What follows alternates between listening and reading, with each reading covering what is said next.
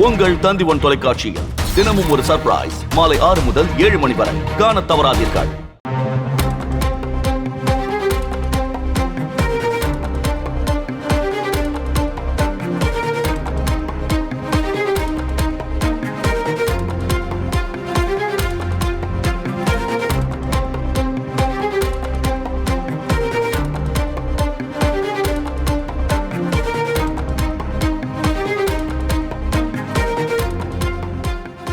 நடிகர் ரஜினிகாந்த் மருத்துவமனையிலிருந்து நாளை டிஸ்சார்ஜ் செய்யப்பட இருப்பதாக அப்பல்லோ மருத்துவமனை நிர்வாகம் தகவல் தெரிவித்திருக்கிறது.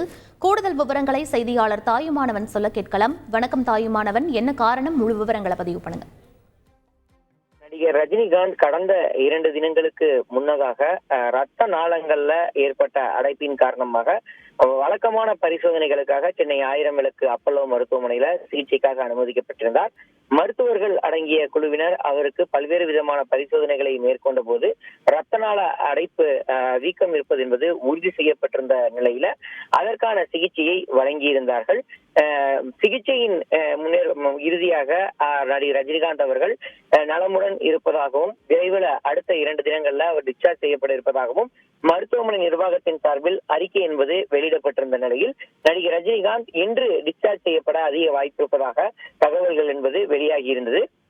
ஆனால் இன்றைய தினத்தை பொறுத்த மட்டில் நடிகர் ரஜினிகாந்த் இன்று டிஸ்சார்ஜ் செய்யப்படவில்லை எனவும் நாளைய தினம்தான் அவர் டிஸ்சார்ஜ் செய்யப்பட இருப்பதாக தகவல்கள் என்பது வெளியிடப்பட்டிருக்கிறது.